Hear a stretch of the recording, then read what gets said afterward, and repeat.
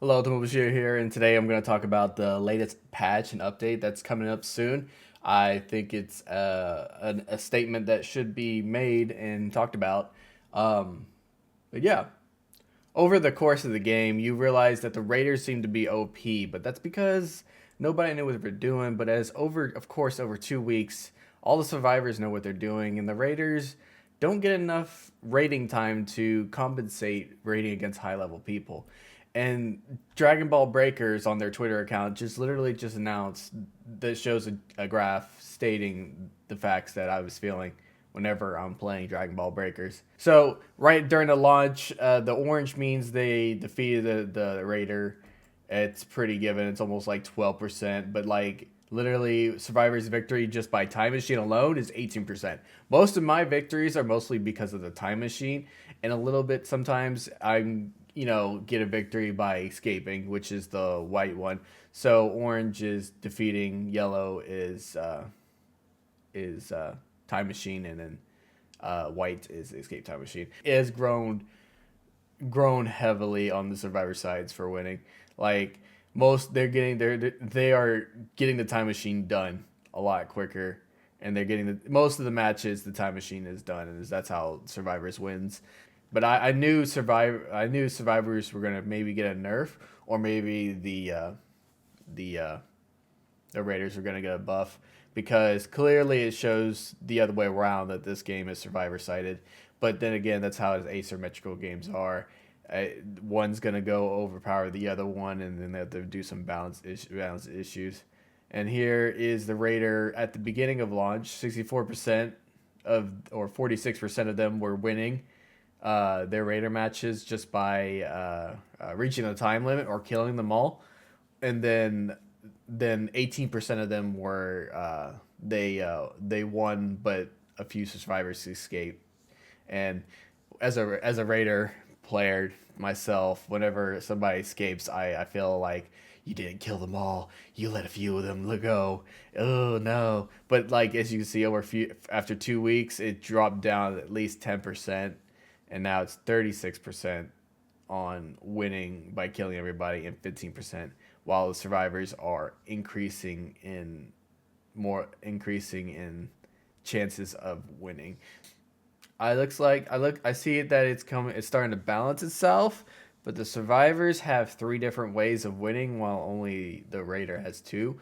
So with the survivors having three different ways of winning, more likely chance you'll win the game compared to playing as a raider going against seven people. And this results of the raider, I feel like the winning chances of being a raider is going to drop down more unless they give some survivors nerfs, or they give raiders some buffs.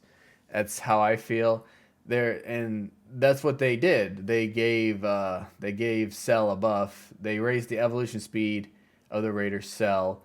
There are many cases where Cell's natural fast evolution speed cannot be taken advantage of, so his evolution speed has been raised across the board. Okay, all right. Well, that's not. As a Cell main, I wonder how much increase are we talking about? Because I already know how much it takes for me to level up. If it takes me one civilian and one person to get to level 3 and to level 4, that's a big change. Like a huge change. That's like unfair advantage. Slightly increase evolution speed. Ooh, I mean, he's already fast enough. How fast do you want Cell to be and leveling up? Lower the Raider Majin Buu for level 1 evolution. This was a must. This was a must for Majin Buu. Majin Buu was ass. Like his risk for playing as Majin Buu, like people usually get stuck in 1 or 2, and getting him out of 1 for Majin Buu is like a necessity. And if you don't get out of level 1, you pretty much lost the game. Let's see what they did to Cell. Slightly buff passive skill, life exertion. Slightly buff passive skill, auto evolve. These two, the first life absorption was already overpowered in a way, and then auto evolve was basically not even there. Like it was there, like if you were lucky enough to absorb two people within 10 seconds of the game, you still had to wait for auto evolve to kick in because you still had maybe a slight sliver. But the fact that you're gonna push that even harder, Like life absorption is already overpowered if you max it out, and if you're gonna slightly buff it even more, are you saying it only takes two? Don't make it two civilians is all I need to go to straight to level 3. Wait, in accordance to the above adjustments, they adjusted the gauge amount needed to evolve, as well as the rate at which the gauge increases. They adjusted the amount, so did they lower the amount needed to evolve? Oh my god! I know. I don't think Cell needs this, to be honest. Like he's all. If you have okay, if somebody doesn't put life points in life absorption, then yes, somebody needs this. But if somebody puts life absorption points and maxed it out, and then you adjust it to where he probably needs one person to evolve, and then goes into the second form, like, uh, this could be crazy. Like, imagine having Cell level 2 in like 20 seconds of the game or 10 seconds of the game, the moment you start rolling, because he found somebody. I hope they didn't mess this up big time, make it like Cell already level 2, about to go rush somebody at level 0. I wonder how slightly they adjusted it. Like, slightly. I mean, this is. I mean, you still changed it, but slightly changed. It's oof. Lower Raider Majin Buu level 1 evolution speed. Lower the key blast speed, hit detection width, attack range, and damage. Gotcha. So they nerfed. So what they did here is they nerfed Majin Buu's level 1 key blast. So uh, Spopovich, if you don't already know, already has a weird hitbox, and when he shoots his beam laser, it automatically hits. And even if you don't get hit by it, you still get hit. Like if it misses you, you'll still get hit. And hopefully this fixes that and lower the speed. And that thing is like lasering, and like basically he's like Spopovich was like the best level 1 in the game. Like he was able to get out of it really quick and down anybody he finds.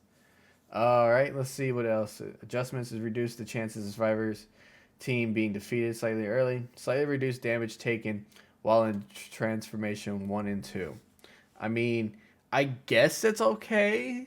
Slightly reducing the damage taken for being in 1 and 2, but you're still like being in one. Just having at least one is all you need to get away and survive. But if you have 3, you might as well fight back. I understand, but slightly reducing the damage. I don't think the survivors need a slight reduce in damage taken when in transformations 1 and 2. You should probably just have it to where they get to level 1 automatically, so they won't be stuck at 0. Reduce the time required to recharge the passive skill Barrier Auto Recover. Since the time to recover has been reduced at the base level, the percentage increase from training has been reduced. Why did you reduce the time required? Wait, reduce the time required to recharge the passive skill? So on a max level, barrier auto skill, it's probably like 30 seconds or 40 seconds or so for it to give you your shield back. But if you're reducing the time, are you making like 20 or 25? Like, I don't know. We have to see. Oh, yes. This was needed. Increase the cooldown for the capsule single-wheeled motorbike. Yes, that's a nice nerf, but they still can get away. Increase cooldown on grappling device. That's still a grappling dive is still S tier, even if they increase the cooldown. That just means I'm not going to go in until later. Reduce the cooldown of Sand Pod. Okay, that's nice, but it probably takes about still 7 seconds or 8 seconds for it to drop.